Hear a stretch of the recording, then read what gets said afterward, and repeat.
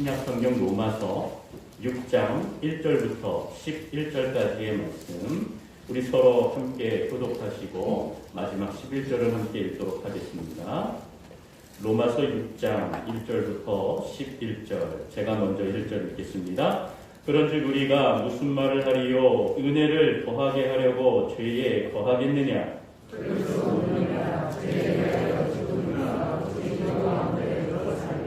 무릇 그리스도 예수와 합하여 세례를 받은 우리는 그의 죽으심과 합하여 세례를 받은 줄을 알지 못하느냐?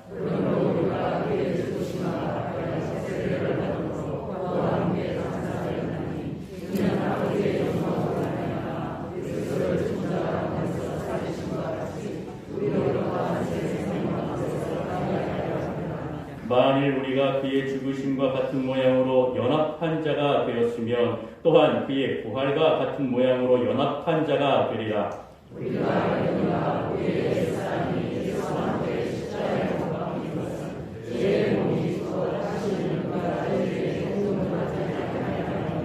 이는 죽은 자가 죄에서 벗어나 의롭다 하심을 얻었음이라.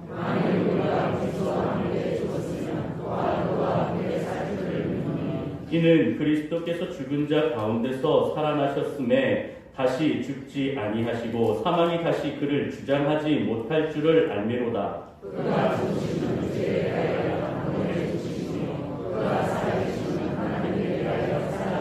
다 같이 읽습니다. 이와 같이 너희도 너희 자신을 죄에 대하여는 죽은 자요 그리스도 예수 안에서 하나님께 대하여는 살아있는 자로 여길지어다. 아멘. 할렐루야. 감사합니다. 오늘 옆에 분과 또 우리 뒤에 분과 함께 인사합니다. 부활의 주님을 바라봅시다. 우리 이렇게 바라봅시다. 감사합니다. 또 이렇게 여러분 4월의 시작입니다. 우리 4월이 되니까 우리 여러분들 얼굴도 또 우리 모두가 다 활짝 핀 꽃처럼 아주 아름답게 보이십니다.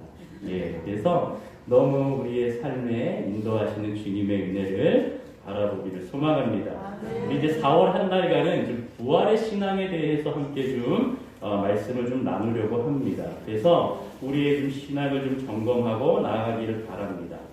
많은 그리스도인들이 아직도 세상에서 표류하고 방황하는 그러한 자들이 많이 있습니다. 저는 이번 그 코로나를 통하여서 신앙적으로 봤을 때 알곡과 쭉정이를 좀 이렇게 구분해 나아가는 계기가 아닌가 이런 생각도 좀 해보게 됩니다. 더불어서 교회와 성도가 영혼구원에 대한 이 관심 이것이 더 깊어지는 시간이 되었다 이렇게 저는 또 스스로가 느끼게 되어지는 것이죠. 자, 그런데 여러분 많은 그리스도인들이 혹여나 이 안에서도 우리가 그리스도인으로서 신앙생활을 하지만 연약하게 되어졌던 그 모습의 문제는 무엇인가 좀 보았더니 저는 좀 이렇게 좀 생각합니다. 왜곡된 신학 사상이 들어왔기 때문이다. 왜곡된 신앙이 성도들의 신앙을 연약하게 쇠퇴하게 만든 것이다 라는 그러한 좀 오늘 말씀을 묵상하면서 그러한 생각을 좀 해보게 되었습니다. 이 19세기가 들어오면서 1800년대에 자유주의 신학 사상이 이제 시작이 되었습니다. 이 자유주의 신학 사상은 바로 인본주의적인 그러한 사상에 근거하여서 성경의 말씀을 자유롭게 이렇게 좀 해석하고 또 이렇게 나아가는 그런 운동이었습니다. 이 자유주의 신학자의 대표자는 누구였냐? 바로 독일의 신학자인 슐라이어 마하라는 사람입니다. 그가 기독교를 이렇게 이야기합니다. 뭐라고 하는지 한번 잘 들어보십시오. 기독교란 역사적 사건을 믿는 것이 아니라 하나님을 의지하는 내면의 느낌이다. 이렇게 얘기했어요. 여러분, 내면의 느낌으로 우리가 신앙생활을 하는 건가요? 그러면 성경에 나와 있는 예수 그리스도의 십자가와 부활과 그 은혜의 역사적인 사건은 없는 것이라고 얘기하는 건가요? 뭔가 문제가 있습니다. 그의 수제자인 리첼이라는 그러한 사람은 또 이렇게 얘기합니다. 기독교는 더는 기적을 믿을 수 없다. 예수님의 성육신과 죽음과 부활에 대한 기록을 역사적인 사건이 아니라 전설과 비유의 삶의 본보기로 재해석해야 된다. 이런 말도 안 되는 얘기를 좀 하고 있는 것이죠.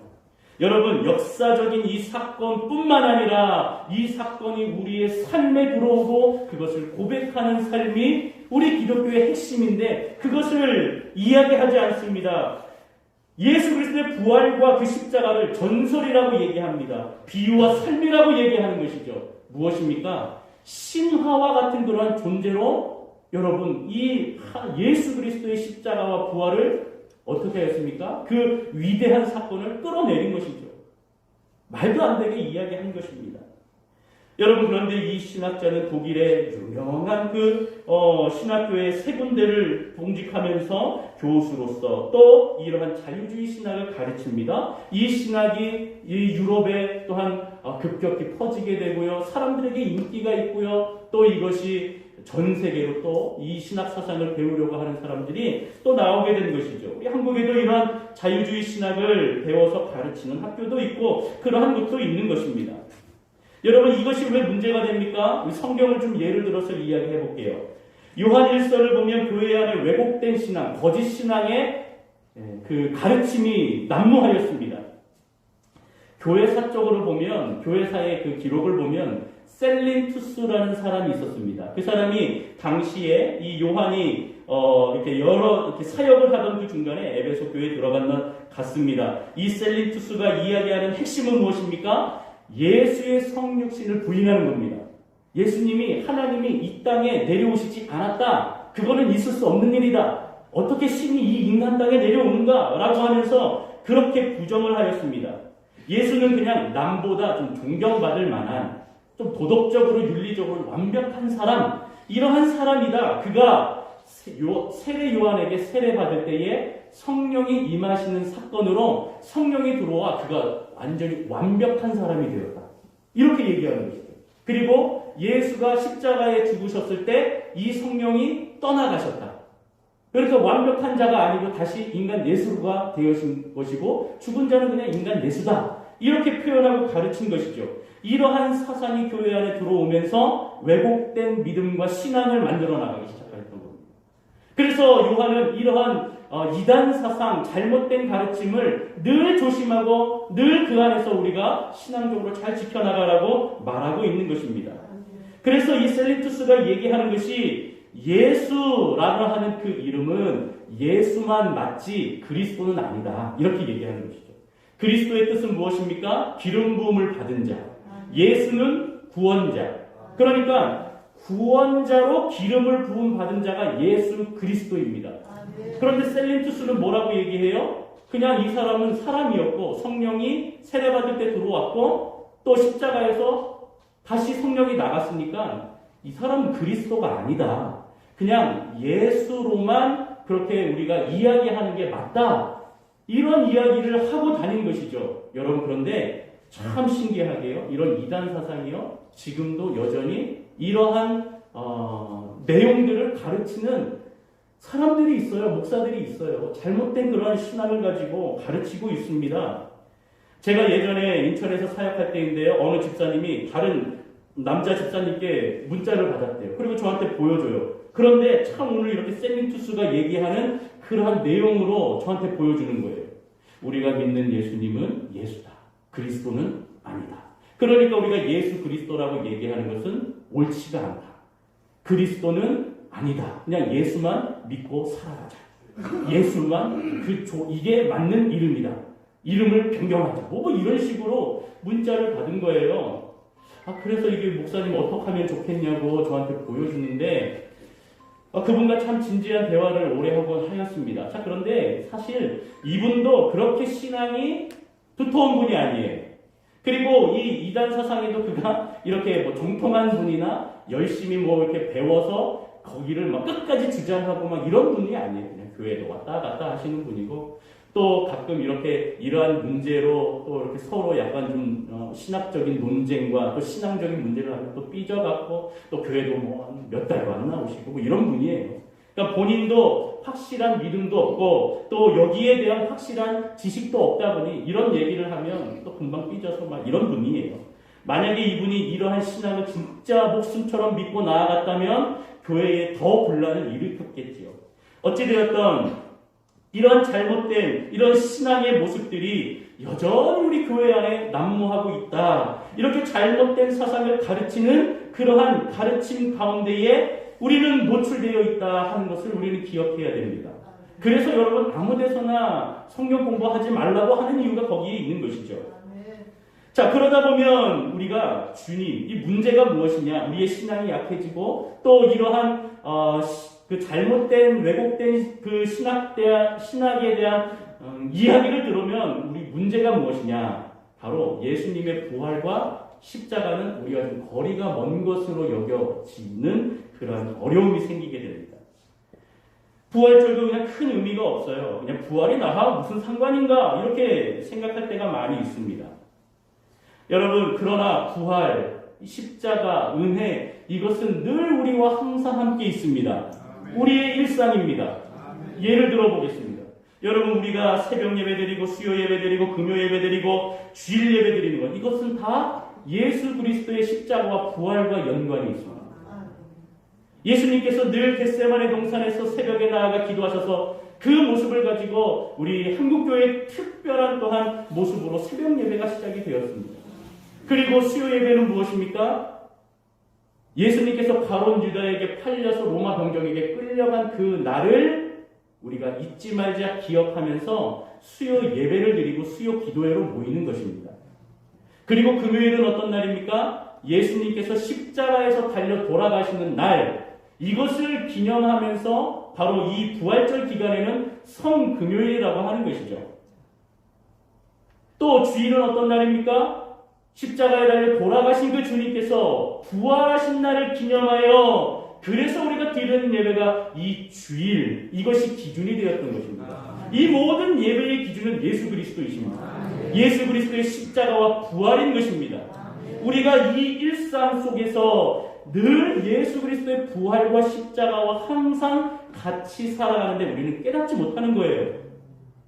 이것을 우리가 배우고 잘 마음속에 두고 있어야 됩니다. 그래야 우리의 신앙이 더욱더 두꺼워지고 더욱더 믿음 위에 설 수 있는 것입니다. 표류하지 않습니다. 방황하지 않습니다. 여러분, 방황하는 이유는 부활에 관한 올바른 관점, 그 믿음의 균형을 잃어버렸기 때문입니다. 십자가와 부활, 이야말로 바로 우리의 신앙을 올바른 방향으로, 올바른 목표로 갈 수 있도록 제시해주는 구심점, 즉 핵심입니다. 저와 여러분들이 오늘 말씀을 통하여서 이 십자가, 예수 그리스도의 십자가와 부활, 이것을 온전히 좀 세워나갈 수 있기를 소망합니다. 그래야 우리의 죄악의 허물, 세상의 어두움, 이 모든 세력에서 승리하신 예수 그리스도를 온전히 바라볼 수 있기 때문인 것입니다. 그래서 다시 한번 이 십자가의 진리, 복음의 진리를, 이 핵심을, 이 믿음을 잘 정립하고 오늘 주님을 바라보기를 소망합니다. 그래서 오늘 내용이 조금 많습니다. 정신을 딱 차리고 우리 함께 좀 보기를 원합니다. 우리 첫 번째 같이 한번 따라합니다. 믿음의 핵심은 예수의 십자가와 부활입니다. 할렐루야. 여러분, 창세기에 보면 인류의 대표인 아담이 범죄하여서 전 인류의 그 죄가 전가되었습니다. 목사님, 저는 저가 죄인이라는 생각을 안 해봤는데 교회 나오니까 저보고 죄인이라고 하는데 왜 죄인이에요? 바로 온 인류의 대표인 첫 아담인 그 아담이 하나님 앞에 타락하였고 죄를 지었기 때문에 그 죄가 전가되어진 것이죠. 그 죄가 전가되어 후손들에게, 모든 인간들에게 이 죄를 가지고 태어나게 됩니다. 이것을 원죄라고 합니다. 그래서 여러분, 우리 갓난아기도 정말로 얼마나 이쁘지 않습니까? 이 아기들도 원죄를 가지고 태어나요. 죄의 본성을 가지고 태어나요. 그리고 이가 자라서 나중에 부모님께 거짓말하고 속이고 뭐 이렇게 시작을 하잖아요. 이렇게 하면서 스스로 이제 죄를 범하는 것을 자범죄라고 합니다. 여러분, 인류 최초의 범죄는 무엇이었습니까? 물론 아담이 하나님의 말씀을 듣지 아니하고 불순종하여 타락한 것이고, 그 다음에 가인이 아벨, 자기의 형제 동생을 죽인 그 사건이 바로 죄의 결과의 모습이었습니다. 무엇을 얘기합니까? 최초의 아담의 그 죄가 전가되어 그 죄의 결과, 최초의 죄가 이제 살인죄로 나오게 된 것이죠. 이러한 죄악들을 우리가 가지고 태어난다는 거예요. 그래서 우리가 주님을 바라보지 아니하면, 주님을 만나지 않으면 늘 죄악 가운데 살아갈 수밖에 없는 그런 본성을 가지고 있는 자들이라는 것이죠. 여러분, 그 결과, 죄의 결과는 뭐예요? 사망이 이 땅에 오게 된 겁니다. 우리에게 수명이 생긴 거죠. 그렇죠? 그래서 여러분, 모든 인간은 사망의 어둠에서 고통하게 됩니다. 하나님은 괴로워하는 이 인간들을 보시며 사랑하는 피조물이 그렇게 괴로워하는 죄의 문제를 해결하시기 위해서 누구를 보내십니까? 예수 그리스도를 우리에게 이 땅에 보내시는 이유가 바로 거기에 있는 것입니다. 그래서 여러분, 오늘 본문은 그리스도와 함께 그 죽음의 죄인의 관점에서 우리가 오늘 보면 되는 것입니다. 처음 그 아담이 그 죄로 인하여서 가지고 있던 이 원죄, 우리가 가지고 있던 이 원죄의 그 모습이 오늘 예수 그리스도의 십자가와 부활을 통해 이제 종지부를 찍는 것이다. 이렇게 오늘 우리에게 선언해주고 있는 것이죠. 그 죄에서 해방되고 그 죄에서 우리가 얻은 것은 바로 생명의 십자가, 생명의 부활의 은혜다. 이것을 오늘 말씀이 소개하는 것이기 때문에 오늘 말씀을 잘 들으면 더 이상 내가 죄에 얽매이는 삶을 살지 않아도 될 것이다 하는 것입니다.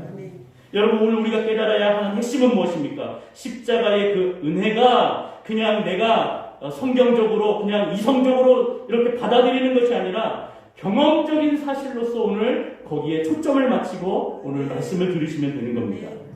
여러분, 설교를 통해서 우리가 그렇습니다, 주여, 맞습니다, 이성적으로 그냥 그렇지요, 이렇게 넘어갈 문제가 아니라는 겁니다. 그냥 끄덕끄덕하고 이해하는 것이 부활의 신앙이 아닙니다.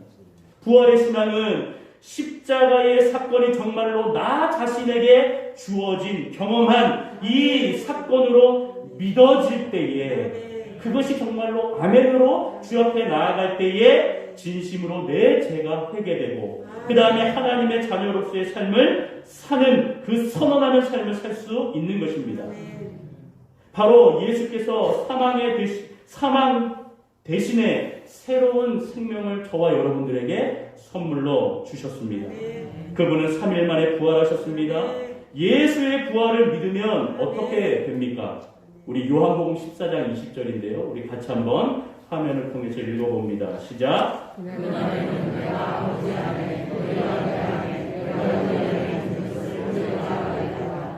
아멘. 아멘입니까? 예수와 우리가 하나 되는 그 연합의 은혜를 주신다. 그 핵심은 무엇인가? 예수의 십자가와 부활입니다. 그것을 바라보는 것이 믿음입니다.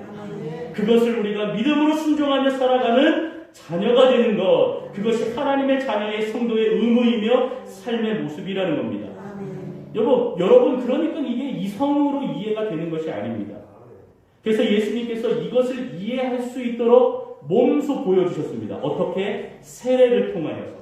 그래서 오늘 세례에 대한 얘기가 나오는 겁니다. 3절, 우리 같이 3절을 함께 읽어봅니다. 시작. 무릇 그리스도 예수와 합하여 세례를 받은 우리는 그의 죽으심과 합하여 세례를 받은 줄을 알지 못하느냐. 할렐루야.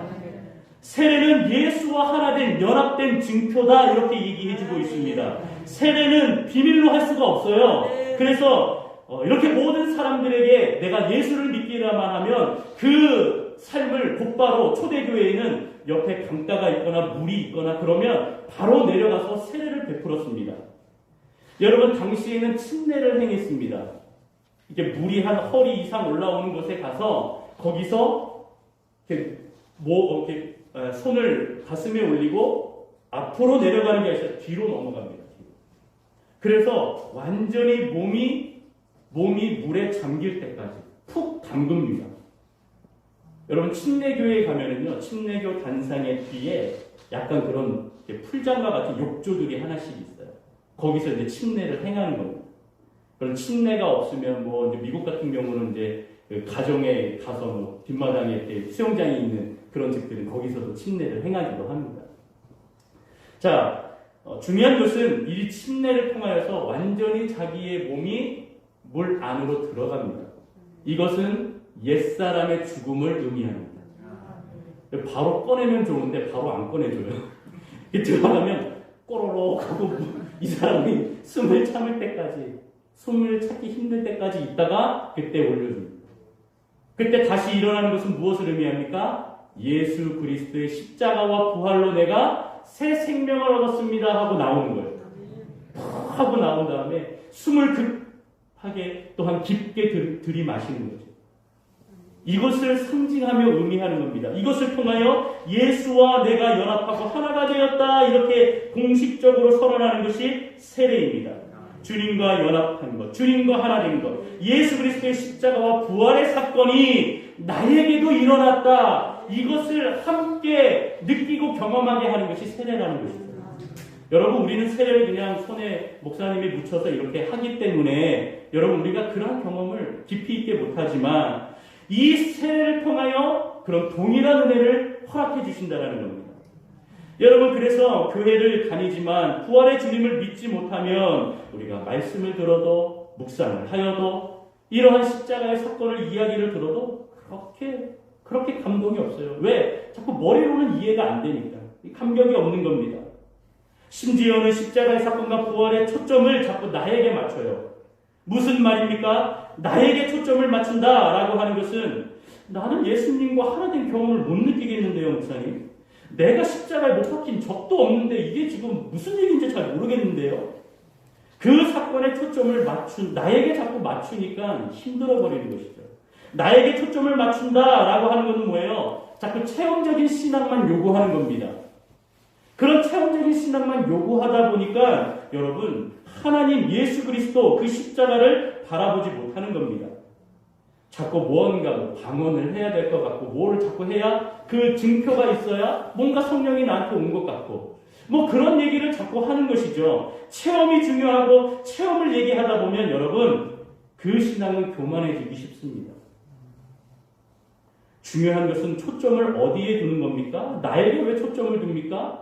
우리 인간에게 무슨 소망이 있습니까? 소망이 없어요. 왜 나에게 초점을 맞춥니까? 왜 인간에게 초점을 맞춥니까? 십자가의 부활의 사건의 초점은 누구십니까? 예수님이십니다. 예수님을 바라보고 그 십자가를 바라보고 부활의 사건을 바라보는 것이 바로 우리가 초점을 맞추고 바라봐야 하는 것이죠. 십자가와 부활의 그 주인공이 예수님이심을 우리가 믿고 그 세례를 체험하면서 세례를 통하여서 내가 예수와 함께 연합하였다. 내가 예수의 이제 가족이 되었다. 일원이 되었다. 하나님이 나의 주님이시고 주님이 내 안에 계시고 내가 주님 안에 거한다. 이 믿음으로 주님을 바라보는 것입니다. 그러할 때에 여러분 십자가가 진짜 보입니다. 십자가를 경험할 수 있습니다. 여러분 오늘 2절부터 8절을 그냥 화면 말고 눈으로 잘 따라오십시오. 저랑 같이 한번 읽어봅니다. 2절. 자, 그럴 수 없느니라 죄에 대해서 죽은 누구요? 우리가. 또 3절에 보십시오. 중간에 보면 세례를 받은 우리는 누구의 죽으심과 합하여?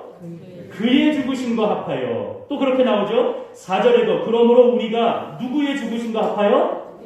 그의 죽으심과 합하여. 또한 여러분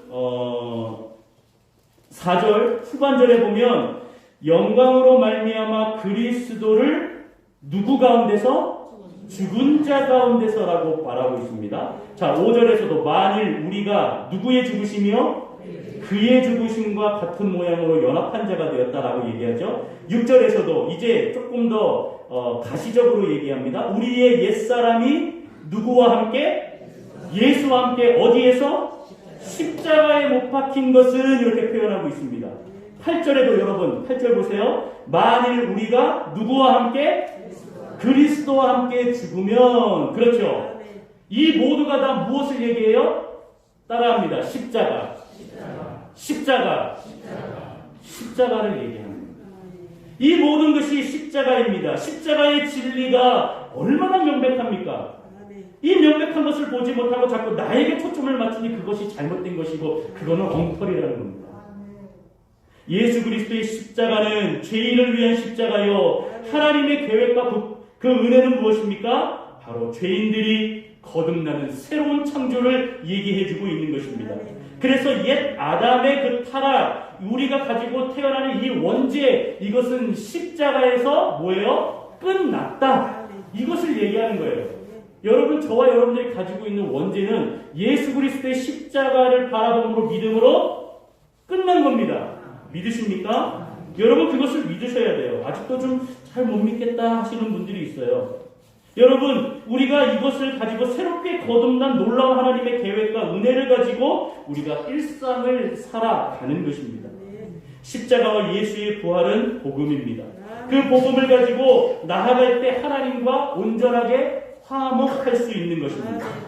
그것이 우리의 믿음의 핵심, 구심점이 되는 것입니다.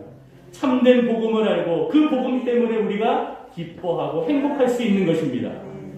여러분, 이제 우리가 여전히 이렇게 주님의 은혜 가운데 살았지만 뭔가 좀 찜찜하고 이 원죄가 다 해결되었다? 이게 뭔가 좀 아닌 것 같은데? 라는 어떤 그런 느낌들이 여러분 있으실 건데 이제 그 부분을 두 번째로 좀 해결해 드리겠습니다. 우리 두 번째 따라합니다. 예수의 십자가와 부활은 죄에 대한 승리입니다. 여러분 질문해 볼게요. 예수님은 정말 죽으셨습니까? 아멘 못하시는 분들은 뭡니까? 다시 한번 질문합니다. 예수님은 정말 죽으셨습니까? 아멘. 죽으셨습니다. 성경에 분명히 죽으셨다라고 표현하고 있습니다. 숨이 멎었다라고 그렇게 표현하고 있어요. 그리고 그 죽으신 주님이 다시 부활하셨습니까? 아멘. 아멘. 여러분 부활은 믿는데 죽으셨다 하면은 뭔가 좀 이상한데 하시는 분들이 있어요. 자, 그런데 우리 10절을 같이 한번 읽어볼게요. 10절. 우리 본문 10절을 같이 함께 읽습니다. 시작. 그가 죽으심은 죄에 대해서 단번에 죽으심이요 그가 살아 계심은 하나님에 대하여 살아 계심이니 할렐루야. 그의 죽으심은 분명히 이야기하고 있죠. 그가 죽으셨다. 그런데 그 죽음은 무엇에 대해서? 죄에 대해서 죽은 겁니다. 자, 그래서 우리는 더 이상 죄의 종노릇하지 않아도 되는 것입니다. 십자가의 사건의 의미는 죄와 어둠의 권세 더 이상 예수님과 그 믿는 사람들에게 더 이상 이 죄가 그들을 괴롭힐 수 없다라고 하는 것의 선언인 것입니다. 그래서 죄와 완전히 결별을 의미하는 그 사건이 십자가 사건이라는 겁니다. 그것이 부활이라는 것입니다.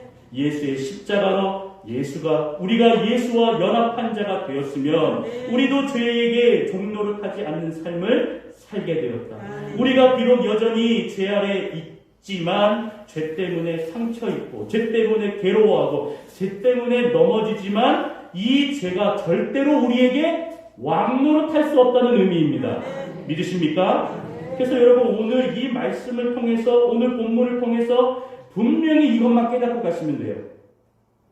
여러분 우리 6절을 한번 읽어봅니다. 6절과 이제 17절, 18절을 같이 한번 읽어볼 건데 우리 천천히 먼저 6절을 좀 읽어보겠습니다. 시작! 우리가 알거니와 우리의 옛사람이 예수와 함께 십자가에 못 박힌 것은 죄의 몸이 죽어 다시는 우리가 죄에게 종노릇하지 아니하려 함이니.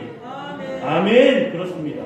그리고 우리 17절과 18절 우리가 보지는 않았지만 우리 같이 한번 읽어봅니다. 시작! 하나님께 감사하리로다. 너희가 본래 죄의 종이더니 너희에게 전하여 준 바 교훈의 본을 마음으로 순종하여 죄로부터 해방되어 의에게 종이 되었느니라. 아멘. 여러분 십자가의 그 근거한 확신을 가져야 되는 이유가 어디에 있습니까? 여러분 비록 죄로 인하여 고통당하고 그렇게 우리가 여전히 절절매고 있지만 너끈히 이길 수 있고 너끈히 우리가 그 죄를 이길 수 있다 하는 것을 분명히 증명해주고 있습니다. 목사님 나는 왜 이렇게 연약하지요? 왜 자꾸 넘어지지요? 왜 자꾸 죄를 짓지요? 내가 믿음이 없나요? 내가 잘못 믿고 있는 건가요? 여러분 이런 질문을 자꾸 하게 되면 항상 그런 모습으로 내 자신을 바라보면 자꾸 넘어지게 되어 있어요. 그러기에 여러분 우리가 십자가의 그 부활과 은혜 이 말씀을 통하여 내 모습을 자꾸 점검하셔야 돼요. 점검하지 않으면 자꾸 넘어집니다. 말씀으로 내 마음을 하나님의 말씀으로 채우지 않으면 자꾸 넘어집니다. 예수님께서는 부활로 죄에 대해서 승리하셨다라고 하셨습니다. 죄가 더 이상 너희를 괴롭게 할 수 없다라고 얘기하셨습니다. 예수와 연합한 그 모습으로 다시는 죄의 종류를 타지 않는 존재가 되게 하시기 위해서 친히 예수님께서 십자가에서 그것을 보여주신 것이죠. 여러분 왜 그것을 우리가 못 믿고 있나요? 우리가 왜 그것을 자꾸 잊어버리며 살아가고 있는 것인가요? 죄에 대해서 내 주변에 죄가 물밀듯 밀려오고 그렇게 그 죄가 나를 괴롭히려 하더라도 죄가 나에게 왕노릇할 수 없다라고 분명히 선언하신 그 예수 그리스도의 은혜를, 그 부활의 믿음을, 그 모습을 우리가 믿고 나아가면 우리는 일상 속에서, 우리의 범사에서 우리가 살아가는 그 삶, 하루하루 순간순간마다 우리가 믿음으로 승리하는 거룩한 의인의 삶을 살아갈 수 있음을 믿으시기를 바랍니다.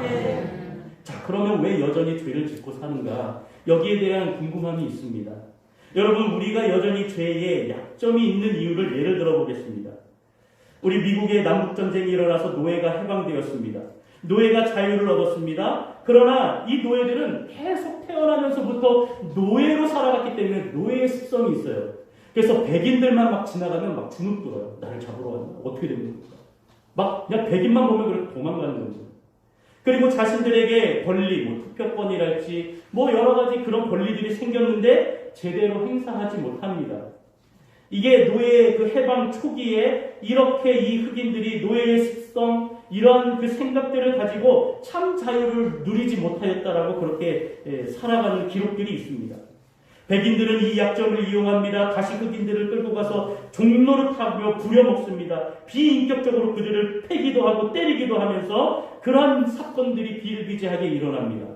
여러분, 무엇을 얘기하는 겁니까? 오랜 노예의 기간이 그들에게 습성이 되어서 백인만 보면 굽실굽실대고 그냥 절절매는 그러한 삶의 모습들이 그들 삶 가운데 있었다는 겁니다. 마찬가지입니다. 우리 인간은 오랫동안 죄 아래 있었고 죄의 종노를 하며 살아갔기 때문에 죄의 습성이 있습니다. 하나님께서 예수 그리스도를 통하여서 그 십자가의 은혜로 우리의 원죄, 죄에 대한 부분을 다 해결해 주셨는데 여전히 우리는 죄의 습성이 있는 거예요. 그래서 죄가 우리에게 오면 자꾸 절절매는 겁니다. 떠는 겁니다. 두려워하는 겁니다. 중요한 것은 이 죄가 우리에게 가까이 왔을 때 예수님이 우리와 멀리 있는 것이 아닙니다. 주님은 우리의 마음에 계십니다. 내 안에 계십니다. 성령께서 그것을 시간이 지나감에 따라 하나하나 깨달아 알게 하십니다. 죄와 맞서며 싸울 수 있는 힘과 능력을 허락해 주십니다. 그래서 여러분, 초반에 우리가 죄에 떨며 굽실굽실 할 수 있습니다. 여전히 그러한 삶 가운데 저와 여러분들이 살아가기도 합니다. 그러나 내가 죄의 종으로 살아간다라고 하는 그 착각은 나의 잘못인 것입니다. 분명히 성경에서는, 말씀에서는 죄와 사망의 법에서 너희를 해방시키셨다, 자유하게 하셨다 분명히 말하고 있습니다. 여러분, 그래서 이러한 마음, 우리가 이런 죄된 습성의 마음들을 해결하기 위해서는 어떻게 해야 됩니까? 우리 9절을 함께 읽어봅니다. 9절 찾으시고 읽습니다. 시작. 이는 그리스도께서 죽은 자 가운데서 살아나셨음에 다시 죽지 아니하시고 사망이 다시 그를 주장하지 못할 줄을 알미도라. 믿으라는 겁니다. 그것을 믿고 의심하지 말라는 겁니다. 십자가의 복음을 기억하십시오. 예수님은 부활하셨습니다. 죄와 어둠에서 승리하셨습니다. 예수님의 부활은 사탄의 권세를 산산히 무너뜨린 것입니다. 그 능력이, 그 십자가의 은혜가 죄와 사망의 사슬을 끊어버리신 것입니다. 그 사건이 바로 저와 여러분과 함께 주님과 연합한 삶을 살면 그것이 우리가 경험적으로 믿어지고 그것을 고백하며 살아갈 수 있는 겁니다. 그 은혜가 저와 여러분들에게 임한 줄로 믿습니다. 보이지 않는 그 하나님의 능력이 저와 여러분 안에 분명히 있습니다. 그 믿음이 우리를 승리자로 살게 하는 겁니다. 여러분, 그런데 잘 생각하십시오. 내가 이긴 것이 아니라 내 안에 계신 예수 그리스도께서 승리하신 겁니다. 그래서 그분의 승리가 나의 승리가 되는 겁니다. 우리가 이 사실을 기억해야 합니다.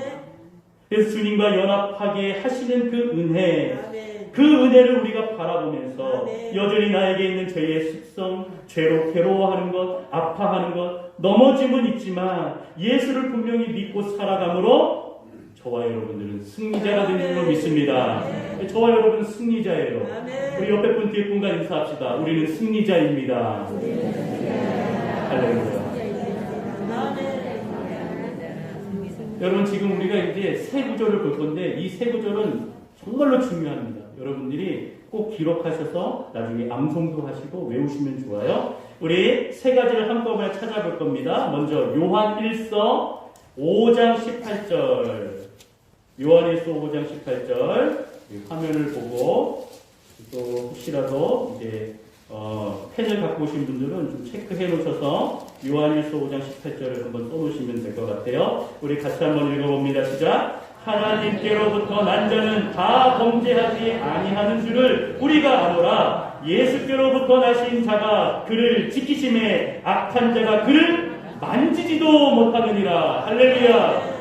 여러분, 주님을 온전히 믿고 주님 앞에 나아가면 주님께서 그 자를 지키시고 악한 것이 그를 만지지도 못한다고 하였습니다.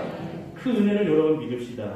요한복음 10장 28절 또 하나 요한복음 10장 28절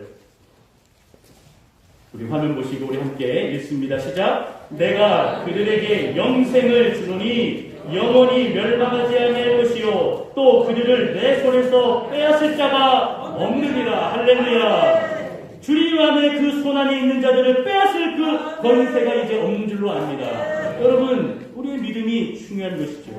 마지막 로마서 8장 35절 로마서 8장 35절 우리가 잘 아는 말씀 구절이에요. 우리 같이 한번 화면을 통해 좀 읽어봅니다. 시작. 누가 우리를 그리스도의 사랑에서 끊으리요 환난과 곤고나 박해나 기근이나 적신이나 위험이나 칼이랴. 할렐루야. 누가 우리를 그리스도의 사랑에서 끊겠습니까? 사망의 권세, 어둠의 권세 아니지요. 예수 그리스도께서 십자가에서 부활하시고 그 사건을 통하여서 더 이상 죄의 종노릇하지 아니하고 죄가 우리 삶에 왕노릇하지 못한다라고 하는 것을 분명히 선언하시고 선포하셨습니다.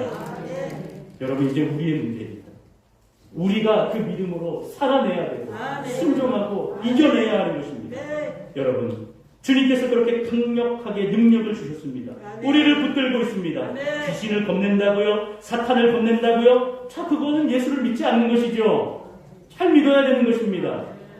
여러분, 이제 결론을 맺겠습니다. 우리 10절과 11절 다시 한번 볼 텐데 잘 기억하면서 우리 10절, 11절을 읽습니다. 시작. 그가 죽으심은 죄에 대해서 단번에 죽으심이요 그가 살아계심은 옛 하나님께 대하여 살아계심이니 이와 같이 너희도 너희 자신을 죄에 대하여는 죽은 자요 그리스도 예수 안에서 하나님께 대하여는 살아있는 자로 여길지어다. 할렐루야. 이와 같이는 무엇입니까? 예수께서 그렇게 그리스도께서 살아계신 하나님의 은혜 안에 능력 안에 거하셔서 그 안에 하나님이 살아계시고 그가 하나님 안에 거하시듯 이와 같이 동일하게, 그렇죠? 우리가 우리 자신이 죄에 대해서도 죽은 것이요 예수에 대해서 살아계신 자로 우리가 연합하여 승리자로 더 이상 죄에 대해서 우리가 얽매이지 않고 살아갈 수 있는 그 믿음과 은혜를 주셨다라는 겁니다. 살아있는 자로 여길지어다. 여기서 여길지어다는 인정하다, 순종하다는 의미입니다.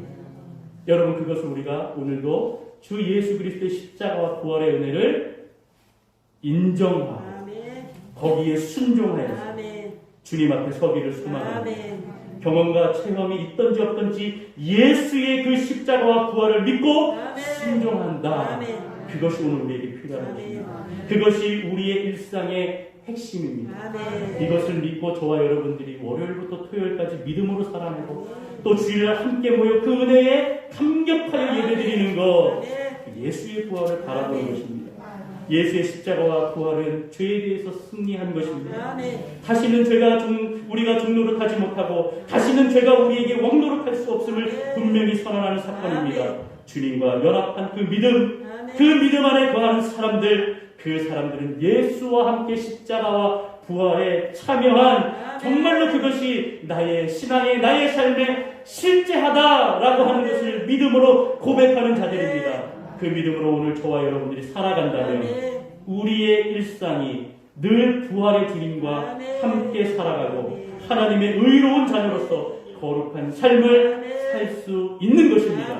오늘도 그 믿음을 가지고 그 모습을 가지고 저와 여러분들이 승리하는 승리자의 하나님의 의로운 자의 거룩한 삶을 살아가시는 우리 모든 영동교회 성도님들 다 되시기를 주님의 이름으로 축원합니다. 축원합니다. 축원합니다. 기도하겠습니다.